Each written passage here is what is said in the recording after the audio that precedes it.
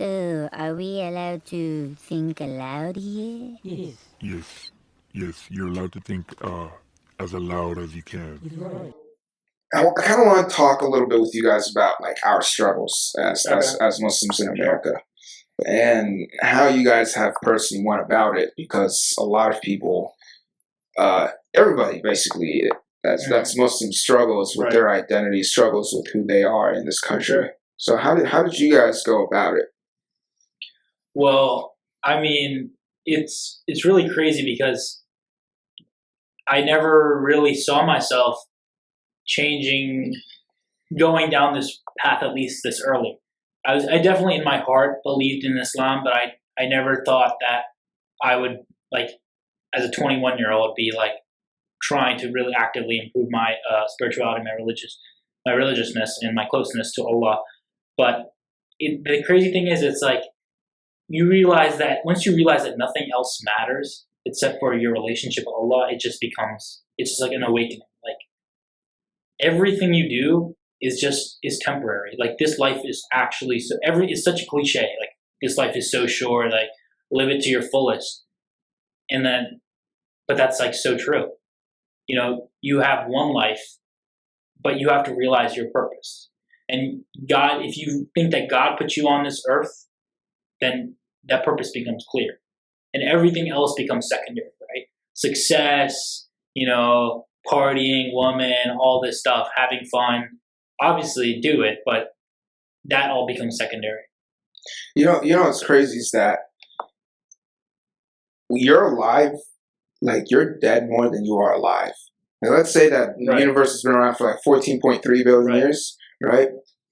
You have been dead for 14.3 billion years, and we've only been alive for 21 years, Yeah. right? And then like a couple years, like 40, 50 years, we're going to be dead again, and we're going to be dead for billions of years again, if not millions or whatever it is, however long is left till we come back. Life is very short, man. Right. We're more dead than we are alive, yet we care about the life part. We've already lived, say we live till we're 80 years old, just like an average life, a little bit longer than that usually. We've lived 1/4 of our lives. And I'm like, I haven't done anything. Like, oh my God, I just grew up. Like, I just got out of like being a kid. Like, it's crazy. It's definitely something to think about. And it's like, how do you want to look back on your life is a big part of like, it's like, I don't want to regret not devoting myself to something that I believe in, right? If you truly believe in it, then you should, jump in head first. You're right. Yeah, well, that's Qadir pretty much said a lot of the stuff that I was going to say, but something that caught my attention was in Surah Today. I don't know if you know this, but it talked about how you can live a good life with money, cars, and like women. Like this is kind of like paraphrasing. This is not actually what it was said in it, and that you will be left with nothing in the hereafter, and then you could live a purposeful life with all that, and you will be getting all you want on the day of judgment. So like that kind of like caught my attention, but like honestly, like I'm not gonna say that change, that transition. It was very difficult. There was nights that like couldn't sleep. There was nights that you couldn't do certain things, and I'm pretty sure you guys had those experiences as well. Yeah. And so honestly, I wouldn't say everything is by myself. I would say that Allah helped me. Our parents' du'as helped us. Helped us to reach to this point. Because we see a lot of people that are we were friends with, and they were Muslim, and they're still in that same path, and you try to do your best, and you kind of look at yourself and you're like, wow, I'm like very blessed, and I'm very happy that I was able to reach to this point, because you know how hard it is, because being at that person that I was, it was very easy to be that person, but being this person that I am now, it's a lot harder, and it's a lot. And the amount of mistakes are a lot more limited to the amount of mistakes that I used to have. So that's also kind of something that like I've realized and understood, and just trying to stay strong in that path. Yeah, it's crazy because what you said, it's like, yeah, we're dead most of our existence, right? And there's this brief time, which is the period we are in right now, which is extremely short, and we're apart from God. We're not one with God. When we after we die, we go to God together. And just to add on to what you're saying, before we were alive, the Son believes in the world of souls, that we were actually with God, or at least close by and with each other. Yeah. And so when we're apart from God, there's this in your soul. There's this restlessness. There's this longing to be with God, and that's what I think that essentially that restlessness sort of went away, right? That there's something missing in our life, right? There's something that's not there, and everybody experiences this. It's not. It's just like there's something that's out there that's it's bigger than all of us, right? And you can't pinpoint it. It's nothing you can feel. It's nothing. It's not tangible. And then as soon as my spirituality, I sort of like my faith grew, that restlessness sort of went away because I started to feel one with God again.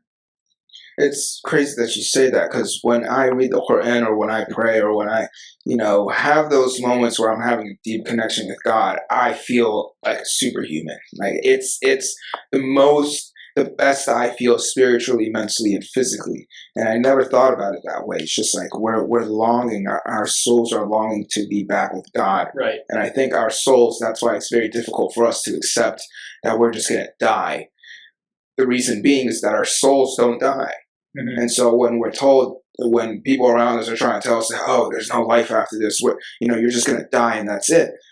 There's this really uncomfortable feeling your soul has, because your soul's been alive for like probably hundreds of thousands or millions of years. And it's like, what? What are you telling me? And seeing your friends, seeing the people around you die, and seeing their bodies decay. Like your body decays, like your body goes away, but your soul doesn't. And that's a huge difference. There's one thing that Noah said, Prophet Noah, who was around probably, this isn't for sure, but from 950 to 2,000 years. Yeah, he was one of the earliest prophets. Right. Yeah. 800 years. So I was listening to Omar Sayyid. Omar Sayyid is one of the top Muslim scholars in the country, and he was saying, based off of, his findings, that it's around 2,000. 950 is how long he preached for, and then 2,000 is how long he lived for overall. It's kind of crazy. I never thought about that. Which is, if you think about it, that's from like Jesus till now, almost like minus 20. And I was like, so the angel of death, or it was either the angel of death or angel Gabriel, but an angel asked him, you're a human being who lived the longest. Yeah. What is it that you've learned from life?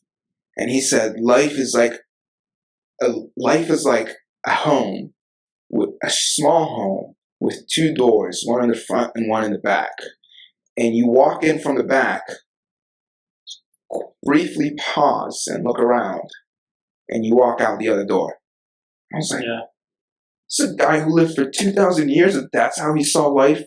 But again, I was pondering over that statement more, and I was like, dude, this guy saw thousands of people die. Mm-hmm. And that is clearly what it is. It's someone entering the world that he lives in, leaving. Thousands of people entering, briefly saying, leaving. Yeah. Even his son. Yeah, no, I was going to say that, like, I don't know if this is in the Quran. I don't want to misquote the Quran at all, but I'm pretty sure it's an Islamic teaching that God will ask you when you leave, like, or like the angels will ask you, like, how long were you on earth? And the people will say, it felt like a day or maybe half a day. Right, yeah. Yeah. And so it's like, geez, like, I think it's a scary thought. I think what it was is, how long were you dead for? Like, I think the angels will ask us, like, hey, how long do you think you were dead for? And, like, people who have been dead for thousands of years were like, I don't know, like, maybe half an hour a day. Yeah. That's crazy. Which is great. But there's probably something around there. It's like, we feel like our life was so short on, which it is, man. It's 75 to 80 years. I mean, there's turtles that live longer than us. There's whales that live longer. Like, it's scary. What's crazy, though, it's like people tell me, like doctors and stuff, and like people in the medical profession always like, probably in the future, like humans are going to live like to like 150 years old, and it's just crazy. And it's like, even then, like, life is still going to be a blink of an eye. Like you don't. It's going to still, like, we always go back to God, and that's the only thing that it's like the one thing you know in this world. If you know anything, it's that you're gonna die. Like that's the one thing you can be sure about. It's the one thing you can't escape. Exactly. You can escape you can escape everything else. You can't escape that. That's exactly. You can't escape anything except for death.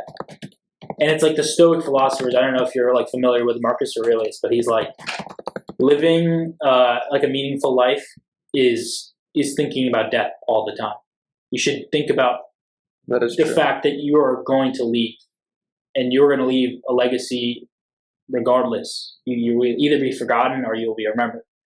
And if you think about death every day, I think that like sort of it's an enlightening sort of process. It's also definitely a source of motivation. You know, it keeps your purpose stronger because not that many people think about death. Death is like one of the least things that people think about. Exactly. Me personally, it's honestly hard to think about that like all the time. Yeah, it's like we can go at any moment. I could drop dead at this second. It's only by the grace of Allah that I'm here. And it's like, and that's the crazy part. It's like, you know, you can like have like ups and downs, but the thing is, it's like you have this one life, and it's like you gotta. It's so cliche, but you have to live it to your fullest. Like. And sometimes I don't understand the idea of, you know, after dying that you're just like done with, like your story is over. You know, I feel like there has to be something else to it after your death. Like that's me personally. Some people, I don't know, their perspectives might be different. Yeah. You know what I mean? I mean, in the Quran it says that heaven is an eternity, right? And so, like, think about how long that is, and that's also like motivation, right? To live a spiritual life, you know. If heaven's an eternity and this is going to be only a day or half a day, then you better push for the next life, right? And that's like, I think that's the hardest part, right? That's what's worth it the most. Yeah. It's that realization that, you know, this life actually is just a test. Which is awesome to think about, that heaven is an eternity. Like, doesn't that sound really awesome? Yeah. Oh my God, I would love that. So look at this real quick. This is a football field, and we actually did this in geography class. Human life compared to if all of the Earth's just Earth, we're going to leave the universe out of this. Just Earth on a football field relative to a timeline of Earth on a football field. Human history would be one blade of grass. Yeah, all of human history. This is 4.6 billion years right here. And we're all the way. We're in the end zone. We're literally just one grass. Like what? That's insane. So little. So insignificant. Like nothing. Like we're literally nothing. You know, we're not gonna go into another entire discussion, but I completely agree with you guys in that. And I've been trying it lately. Sometimes I stay up at night. I can't sleep. Actually, that happens quite a bit. And I was just thinking, like, whoa. I personally, like, forget everyone. Like, I'm gonna die one day. Like that blew and I just let that implode in my mind over and over again. Like I kept saying it to myself, like, I'm gonna die. Yeah. Like me. Yeah. You never think about me, Mr. Like playing Xbox and doing a podcast and I'm gonna be gone. Yeah. One day. No one's gonna remember me and my family's gonna be gone. And that just shook me to the core. Like it really humbles you to think about that. Yeah, and it's crazy to think that like when you develop a relationship with God and it feels so personal, and then God, He's created all of us. He's created billions of people. And he takes time out of the day to remember you and look out for you. And that helps with the struggles a lot, honestly. To know that anything that happens bad in my life, like I know God has a plan for me. Like I know that no matter what happens, it happens for a reason. Dude, that trips me out, man. That trips me out. What you just said, it trips me out a lot, which is that I always think it's so personal, just me and God. Yeah, exactly. And then I'm like, oh, wait, there's like 1.8 billion other people that are also doing this. Yeah, exactly. That trips me out heavy. It's crazy that He's capable of doing that, right? Making all of us feel all like we're special to Him. We're number one. He loves us. And that's something that the Quran says that is very unique to Islam, is that God loves you more than your own mother. Mm-hmm. Right. That's crazy. Like and it's